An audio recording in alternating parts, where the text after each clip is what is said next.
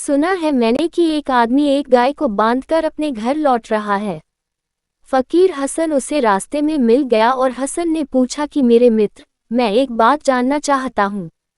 तुम गाय से बंधे हो कि गाय तुमसे बंधी है? उस आदमी ने कहा, तू पागल मालूम होता है। ये भी कोई पूछने की बात है? जाहिर है कि गाय मुझसे बंधी है, मैं गाय को बांध कर ले जा रहा हूँ।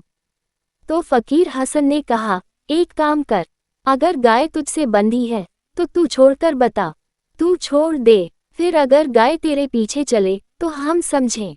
उस आदमी ने कहा, अगर मैं छोड़ दूंगा, गाय भाग खड़ी होगी, मुझे उसके पीछे भागना पड़ेगा।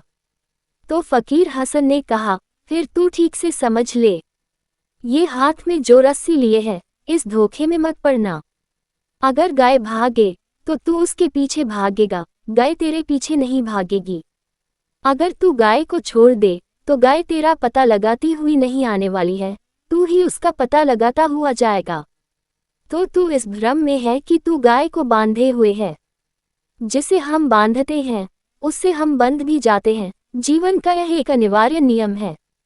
इसलिए जो मुक्त होना चाहता है वह किसी को बांधेगा नहीं। बांधा कि आप फिर मुक्त नहीं हो सकते।